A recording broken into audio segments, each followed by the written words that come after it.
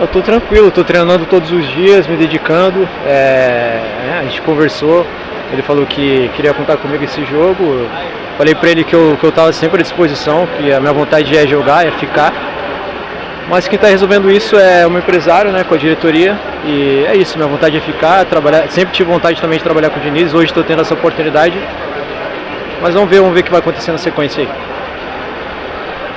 E cantar outra vez, como os loucos da saída 3. O Vasco é minha alegria, loucura é minha vida. Salve, salve meus amigos, saudações vascaínas para vocês. Sejam todos muito bem-vindos aqui no canal Vascaíno desde sempre. O Vasco que entrou em campo, hein? Nessa noite de terça-feira em São Januário, aqui no Rio de Janeiro, e deu bacalhau, deu Vascão. O nosso cria da colina, né?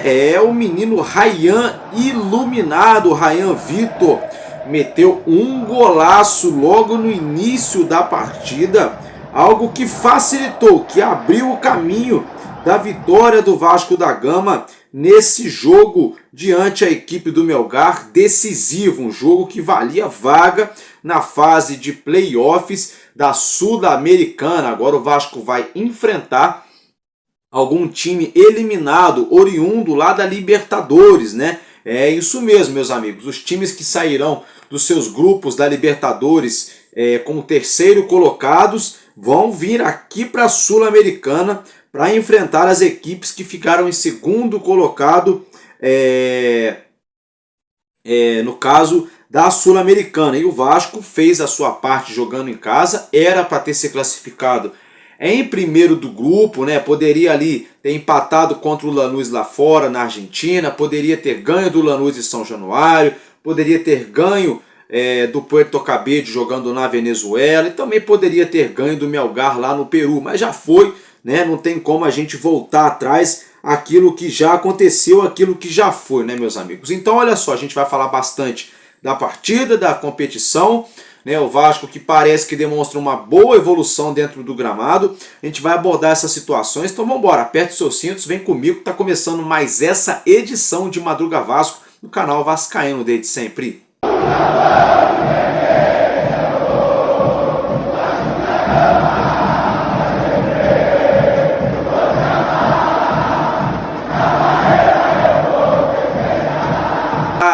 Olê, olê, olê, a cada dia te quero mais. O que? Sou vascaíno e o sentimento não pode parar. Meus amigos, mais uma vez, bom dia, bom dia, bom dia para todos vocês que nos acompanham, para você que já nos assiste essas primeiras horas, primeiros minutos. Meus garotos e garotas, amigos e amigas dessa quarta-feira. Deu Vascão, deu bacalhau, né? Então, bom dia para todos nós, que Deus nos abençoe, para você que vai trabalhar, para você que vai estudar, para você que vai ficar em casa, você que vai pegar a estrada, que vai e volte em segurança para o seu lar, para a sua família. Meus amigos, então bora lá então aqui dar início. Já peço para você, não se inscreveu, clica no botão aqui abaixo, é de graça, não custa nadinha. Dá essa força aqui pro amigo de vocês. Deixa também o joinha, se aparecer a opção ir par vídeo, clica aí, você vai ganhar pontos com o YouTube e o nosso canal também ganha bastante pontos ajudando o nosso vídeo a alcançar mais pessoas interessadas no nosso assunto, que é claro, o nosso gigante da colina. Meus amigos, direto e reto ao que nos interessa.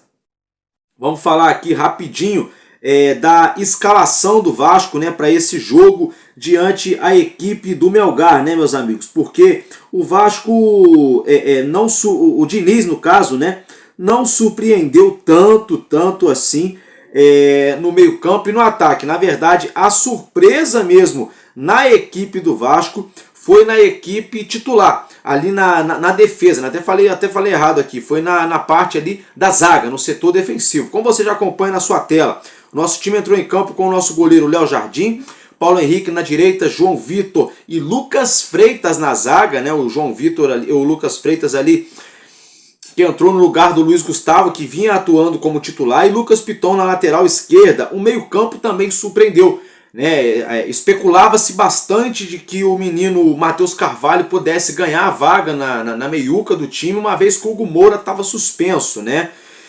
Não foi o que aconteceu. Inclusive, quem ganhou a vaga na equipe foi o Jair, que fez um bom jogo, diga-se de passagem. Aí o meio-campo é Jair, Tietê e Felipe Coutinho, né? Então o Diniz manteve ali o meio-campo, colocando apenas o Jair no lugar do Hugo Moura. E o ataque é aquele mesmo, né? Que a gente já está acostumado.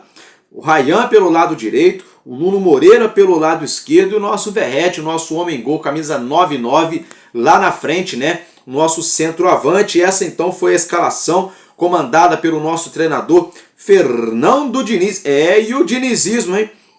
Parece que o dinizismo está implementado, meus amigos, no Vasco da Gama, né? Simplesmente o Vasco fazendo um jogo aí bem bacana, bem bonito de se ver, diga-se de passagem. Mas antes da gente falar do jogo, falar de outras situações, vamos falar aqui das estatísticas dessa partida. Meus amigos, o Vasco teve 59% de posse de bola contra 41% do Melgar, 12-12, né, de faltas, empatado aí, 12-12 de faltas, 1-1 também de impedimentos, um para cada lado, 14-15 de finalizações.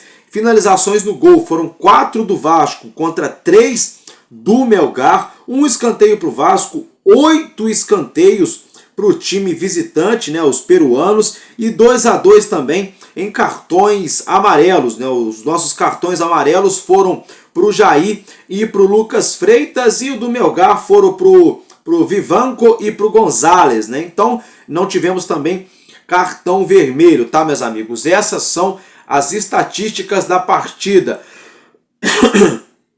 Olha só, a posse de bola, o Vasco trabalhou bem a bola no primeiro tempo. No segundo tempo o Vasco deu mais o campo, deu mais a bola para o Melgar. O Vasco que gosta de viver perigosamente, né, dando a posse para o adversário, mas ainda assim deu certo. O Léo Jardim fez uma grande partida e o Vasco não sofreu nenhum gol diante a equipe peruana nessa noite de terça-feira, jogando em São Januário. O que me chama a atenção é o Vasco finalizar apenas 4 vezes no gol do adversário, jogando em casa, né? E logo no primeiro tempo já abrir 3-0, né? E o Melgar, por sua vez, buscou de todos os jeitos tentar fazer pelo menos um golzinho para tentar incendiar a partida, com bola na área, com cruzamentos, escanteio, no abafa, naquela pressão meio desordenada. O Melgar tentou, mas a defesa do Vasco, muito bem postada, diga-se de passagem, nesse jogo, fez a sua parte, não só a defesa, mas não só os zagueiros laterais, mas também, mais uma vez, eu vou enaltecer aqui a grande partida que fez o nosso goleiro Léo Jardim, tá, gente? E aí é muito claro que vocês veem aí que são 8-1 de escanteios para o Melgar, né? Porque o Vasco fez 3-0, né?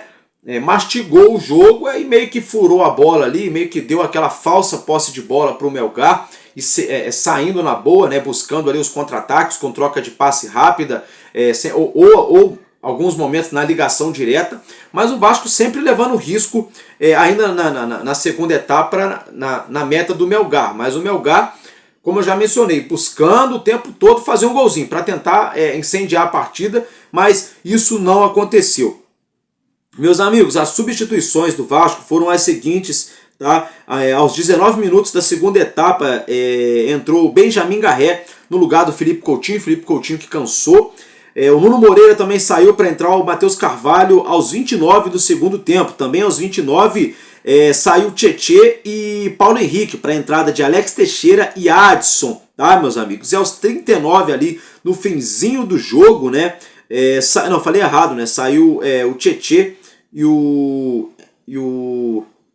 Ryan, tá, gente? Peço perdão para vocês. E aí, aí sim, aos 39, saiu o Paulo Henrique para a entrada do Puma Rodrigues, que até o Puma entrou muito bem também na equipe do Vasco. Vamos aqui às notas dessa partida. Eu achei o Léo Jardim nota 8,5.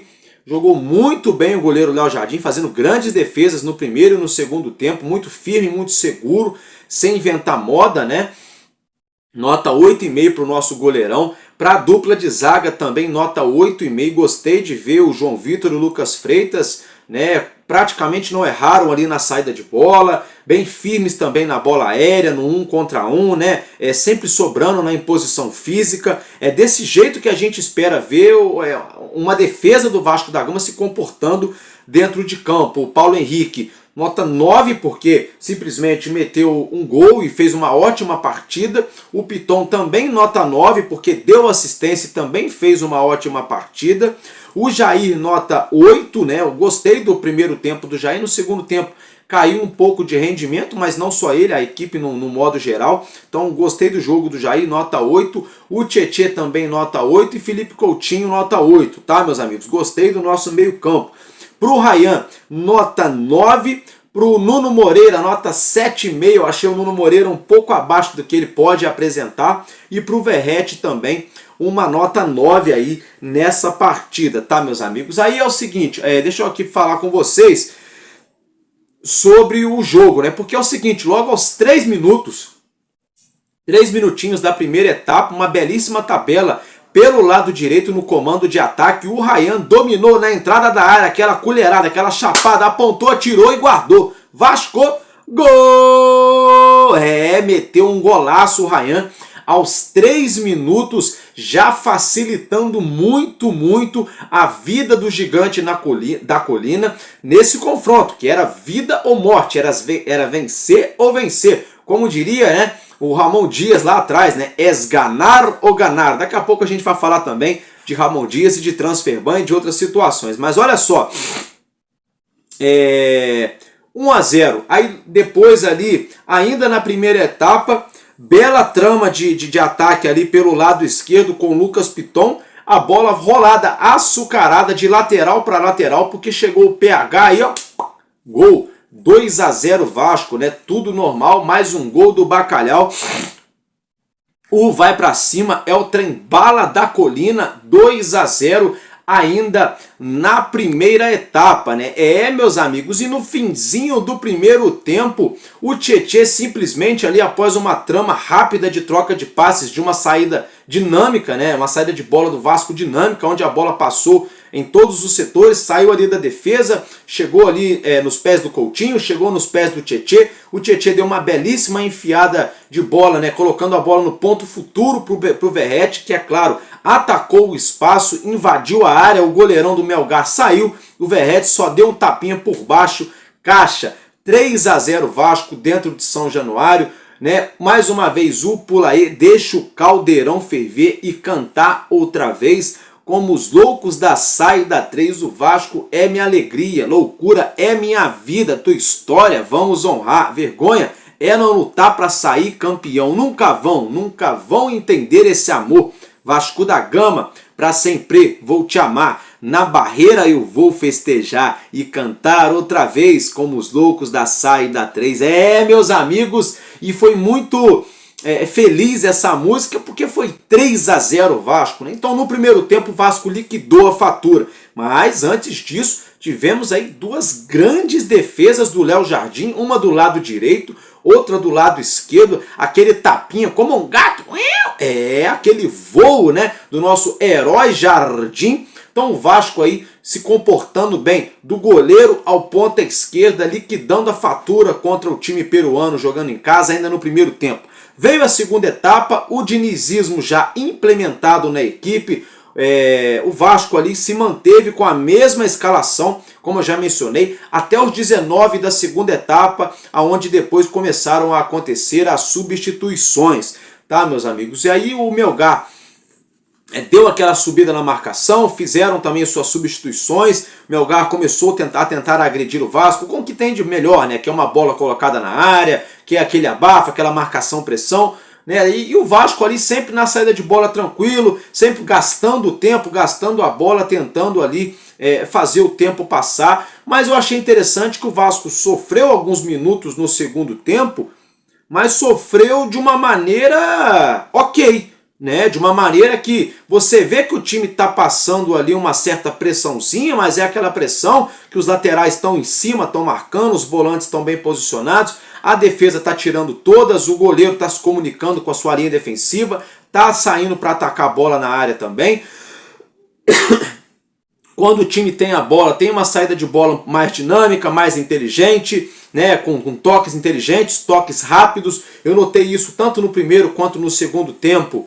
Muitos toques verticais, toques firmes, rápidos para sair jogando, bastante triangulação, bastante tabela, algo que era inimaginável antes da chegada do Fernando Diniz no Vasco da Gama. Então é por isso que a gente brinca aqui que o dinizismo já está implementado mesmo no Vasco da Gama. Eu particularmente gostei muito desse jogo, gostei muito, era para isso ter acontecido também contra o Melgar jogando lá no Peru. O Vasco tinha uma vantagem, tinha o jogo ali em suas mãos, né, e viu os pontos escapar ali entre os seus dedos, né, naquele jogo lá em Arequipa. E agora em São Januário o Vasco fez jus à sua torcida, fez jus aí também à sua camisa, à sua história, honrando a tudo e a todos, e fez aí o resultado tranquilo, ainda na primeira etapa. Então assim, dos poucos jogos pra gente elogiar na temporada de 2025, né, esse jogo contra o Melgar.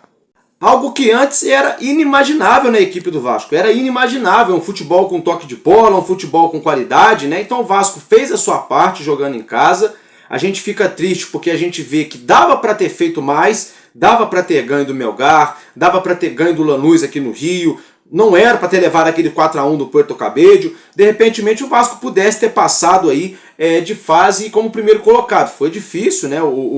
Embora o Puerto Cabello deu trabalho para o Lanús ficou bem aí colocado na tabela de classificação, porque o Lanús não entregou pontos, jogou contra os times fracos e venceu, e jogou contra o Vasco e fez a parte dele, né? Então o Vasco jogou contra o Lanús, não fez a parte dele, e jogou contra times fracos e empatou e depois perdeu, né? Porque a gente empatou com o Melgar, perdemos para o Puerto Cabello, empatamos com o Lanús e perdemos para o Lanús. Então o Vasco mesmo que se enrolou nessa situação, então agora o próprio Vasco se recoloca novamente nos playoffs, na fase de mata-matas da Sul-Americana. Agora o Vasco vai esperar as equipes que estão vindo da Libertadores da América, que são eliminados, né, os times que ficam em terceiro colocados nas suas chaves, nos seus grupos. Esses times então vêm para a Sul-Americana para enfrentar as equipes que ficam em segundo colocado nos seus grupos, né? Então vários times aí podem acabar caindo, né, de frente com o nosso Vasco para esse próximo confronto. Então, sinceramente, gostei muito do jogo. Meus parabéns para todos os jogadores. O Verratti, mais uma vez, arrebentando, já metendo gol.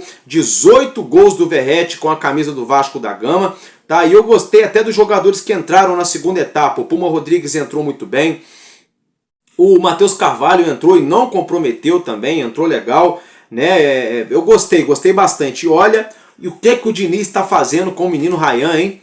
Gente, ano passado aqui, gente, olha, eu tava com o menino Ryan por aqui pelas tampas, né? Esse ano também, no começo do ano aí, coisa e tal. Olha, tá calando a minha boca, é aquela frase que eu sempre falei aqui no canal. Eu quero errar feliz, né? E olha, parece que aqui eu errei, não só eu, né? Muito vascaíno também errou junto comigo, mas parece que eu errei e eu tô errado feliz. Parece que eu errei, que eu falei, pô, o Ryan não joga bola, o Ryan não sei o que, o Ryan isso, o Ryan aquilo. O que um treinador que sabe trabalhar o psicológico, um cara que já foi jogador de futebol, que foi atacante também, que é o caso do Fernando Diniz, né? Um cara também formado em psicologia, um baita de um treinador, o que esse cara não pode fazer, né? Muita coisa, né? Para agregar. Ele tá trazendo totalmente de volta, né, para esse time o Ryan. Golaço que o Ryan fez, o Ryan vem demonstrando repertório, jogando pelo lado direito, jogando pelo lado esquerdo, finalizando de primeira, finalizando ali, fazendo tabela, né, fazendo 1 contra 1 no enfrentamento. Então assim, eu estou muito satisfeito, até aqui eu estou muito satisfeito com essa virada de chave do Ryan, com essa mudança. E vale a gente ressaltar também, meus amigos, que já é o segundo jogo após a chegada do Fernando Diniz, que o Vasco vence de 3-0, né? Porque o Diniz chegou, o Vasco perdeu de 1-0 para o Lanús lá na Argentina, depois o Vasco venceu do Fortaleza em São Januário 3-0, depois a gente acabou aí perdendo, empatamos com o Operário em 1-1 jogando em casa e passamos nos pênaltis, e depois aí, né, meus amigos, enfim, a gente simplesmente perdeu para o Fluminense no Maracanã de virada, né? Então isso foi um golpe muito duro para a torcida e para o elenco. Mas aí chegou nesse jogo agora contra o Melgar, o Vasco volta novamente a vencer de 3-0. Tomara, né, que o dinizismo continue implementado para o próximo jogo do Campeonato Brasileiro, que é diante o Red Bull Bragantino, jogando aqui no Rio, em São Januário.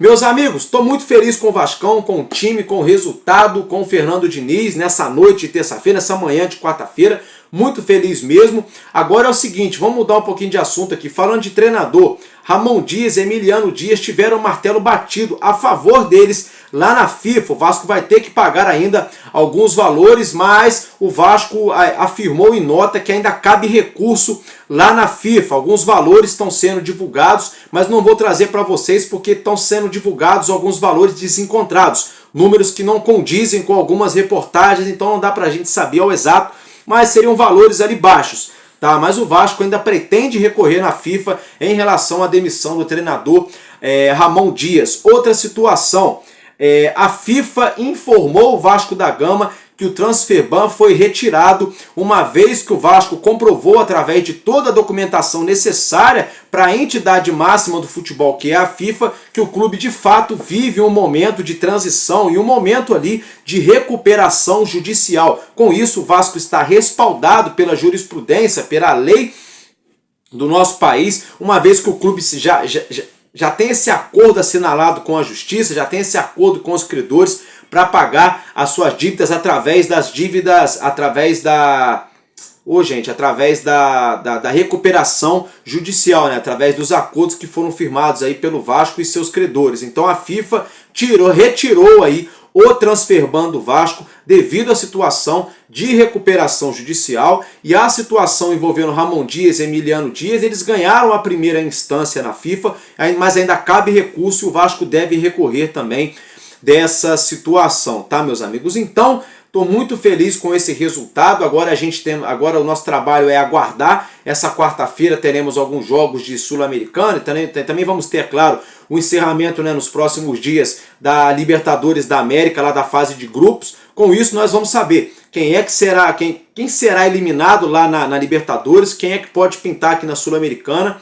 Deve acontecer um sorteio, não sei como é que vai funcionar, vou trazer para vocês, né, no próximo vídeo, em relação ao próximo adversário do Vasco pela Sul-Americana. E pelo Campeonato Brasileiro, nesse fim de semana, o Gigante da Colina recebe aqui no Rio o Red Bull Bragantino, que é o 4º colocado do Campeonato Brasileiro. O time tem 20 pontos, vem dando bastante trabalho, mas não é nem um bicho papão, não é nem um bicho de 7 cabeças. O Vasco, jogando em casa, tem que fazer o seu papel. Diga-se de passagem que o Fortaleza, até alguns dias atrás também, era muito badalado, porque vinha de uma sequência de 8 jogos sem perder, caiu na Colina, tomou de 3-0 para o Gigante, né? O Melgar também tomou de 3-0. É claro, o Bragantino é outra história, é outra equipe, cada jogo é um jogo, né? Já diria o poeta, mas por que não? Nós torcedores, né? A gente pode pelo menos acreditar que o dinizismo está aí implantando, né? Sendo implementado a cada dia que passa e está dando certo. Está encaixando. Eu gostei muito de ver a maneira que o Vasco se comportou diante do Melgar.